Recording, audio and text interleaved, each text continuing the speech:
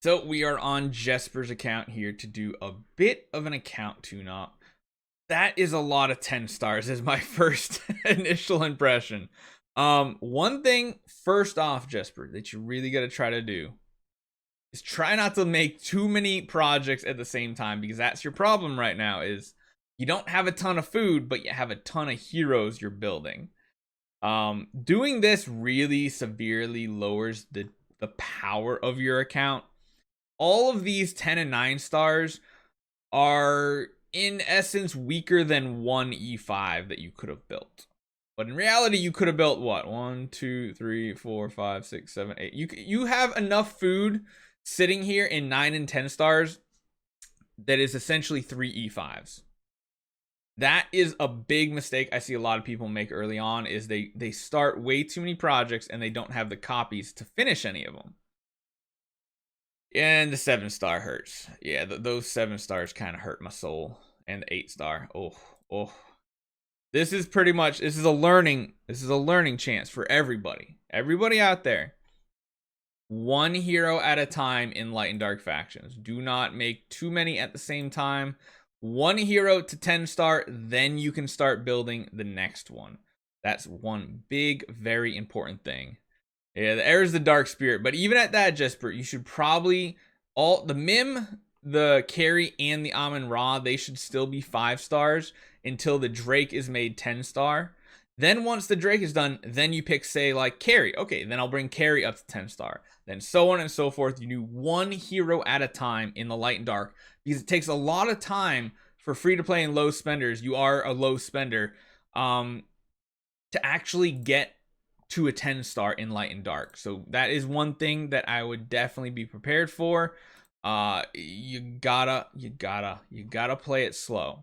Don't just build heroes because you have copies for like a 10-star. Save them until you have at least maybe an E3 worth of a hero. Then you can build the hero. So as far as your main ones go, you got a Glittery Antlers Cane, Holy Attack, that is pretty good. If you're going PvE, that's fine. If you're going PvP, you're going to want to run a Purify right there. Looks like you have a really strong Void enabled Russell, which is good. That is really, really good.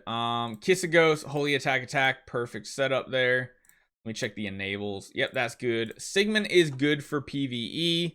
Yeah, that's a fine setup. That's good if you're really focusing on PvE. Horus, I mean, it's a fine setup. Usually I still like running Purify for PvE. For Sealand, of course, you definitely need Purify. But as far as this goes, that's this Magic Ball. I guess, what is your focus, Jesper? What is your main purpose here? Because if you were talking about PvP, then in reality, this Augustus Magic Ball should be on the Russell. It should be on the Russell. You should be using speed attack enables, and then you'll be getting a lot of damage output from him. The Horse, though, overall is pretty good. I like the skin you got. Block HP is pretty good. The enables are decent as well. But this guy right here, I'm surprised you have so many upgraded artifacts, honestly. Is pretty good. Kind of more of a PvE, but kind of going more and more over to PvP. So, Horse I use in the gate. Oh, yeah. In Void Gate, Realms Gate, this can be a pretty good setup Horus for you. But when you do jump into PvP, when you're not doing your PvE stuff, what I would do is I would take this and put it on the Russell instead. Just swap it around. Give him something like, just like a Plate of Courageous, Fearless Armor, like damage reduction, and that'll be fine for him in PvP. Valkyrie, yeah. What can I say about Valkyrie? Valkyrie, she's food pretty much nowadays. She doesn't really do much. So yeah. Heart Watcher, that is a good Heart Watcher. Penny, you got a Punisher Staff. Perfect. Getting her leveled up. The big question is you need to decide who you're going to build next. If I had to give you advice, I would most likely say Tix needs to be... I would say pretty much Tix needs to be your next project. Because this Tix is going to give you huge progress right here. And I don't know if you've tried it yet, but even this 10-star Tix, can do absolute wonders for you with an energy artifact, even just at 10 stars. So I'll kind of show you a perfect example here. If you were to literally just throw in a team like this right here with a Tix, let's throw a monster on there and jump into a fight. The amount of damage this Tix is going to do round 1 is going to be absolutely huge. I mean, look at the damage a 10-star Tix just did in tower. Like, Tix just obliterates enemies, and you can literally finish the entirety of Tower of Oblivion with just a 10-star Tix and an energy artifact. It's all you need. I don't know if you've been stuck on this wave for a while, but you see what it's, I mean, it's pretty much the testament to Tix. Okay, this one might be a little more difficult. We'll give it one more try, but this is the perfect example to highlight the power of any level Tix. I've even seen people use like 6-star Tix, but it just does so much damage. It's crazy. Granted, are we going to finish this? I actually think we might. I don't think Russell's going to die, and then he's going to kill off. See, look at that. You're just making tons of tower progress simply because you throw this Tixin at 10-star with an energy artifact. Of course, you need an energy artifact because a 10-star is very unlikely to live past round 1. So, yeah, go have some fun with that, Jesper. That's going to be one of the best things you can do, is just have fun with the Tix. But if I did have to pick any hero, I would continue leveling this hero up. You have 2 more copies, 3 more copies. Yeah. Your next biggest goal needs to be this Tix getting to E5 and then taking all of Russell's void imprints and give them over to the Tix. So where do we move on from here? Because we have to talk about what is going to be good for him. As far as the stone goes, I would upgrade to like a holy attack stone most likely, or a crit attack. Either one of those works really good for him. But we have to decide what is food on this account. Most of your 10 stars are decent. The heroes that, in my opinion, on your account are food tier are, of course, Lord Balrog, Cthulhu, maybe even Delacium, Gurk, but I would save the Gurk to straight up swap a light hero. So that is pretty much food. As far as what you would feed off from down here, of course, the Corpse Demon, the Death Sworn, and the Norma is all you need. Actually, you only need 2 of them. Yeah, I would upgrade him immediately. I would feed off like Corpse Demon and Norma to him to get him to E2. For the E3, I would use Lord Balrog. For the E4, I would use Cthulhu. And then I would then decide if I want the Delacium or not.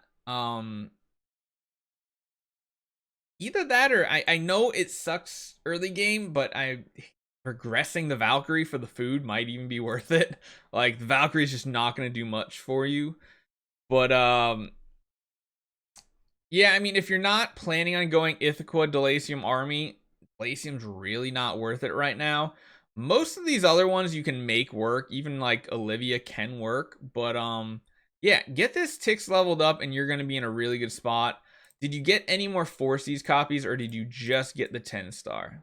Just got the 10-star. Okay. All right. Yeah, I mean, after the Tix, I would highly suggest you probably work on the Sherlock after that. If you work on the Sherlock as well, or the Penny, one of the two, you could probably get Sealand 20 done pretty easily. You already have 20 in light done, which means you don't really have to prioritize doing any other Sealands unless you want it for the Vortex. But yeah, I mean, that's pretty much what we're looking at here. Do you have any other questions, Jesper? I think you're in a spot where you can actually do a lot of things and accomplish a ton. I mean, like, Tower of Oblivion is just going to completely die to your team, especially since you also have a Horus that's going to do great against Mim waves. I mean, you even have a Deer, which is going to be perfect for those Mim waves with that Horus as well. So, I mean, the account looks good for progress.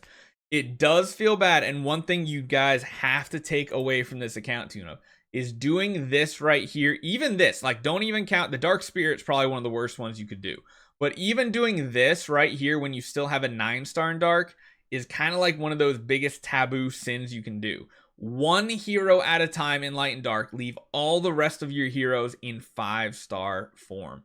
Even this Ada, I mean, technically the Michelle is probably another mistake, but try not to build any hero to 10-star. You got to wait to have the copies to go even further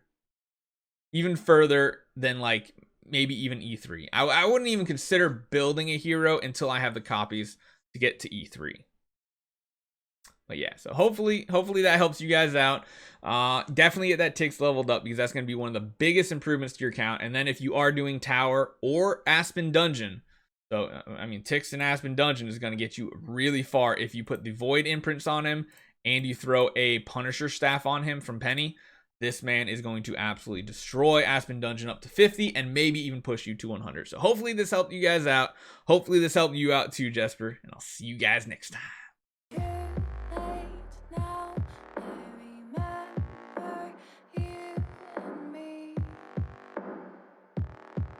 How careless we could be.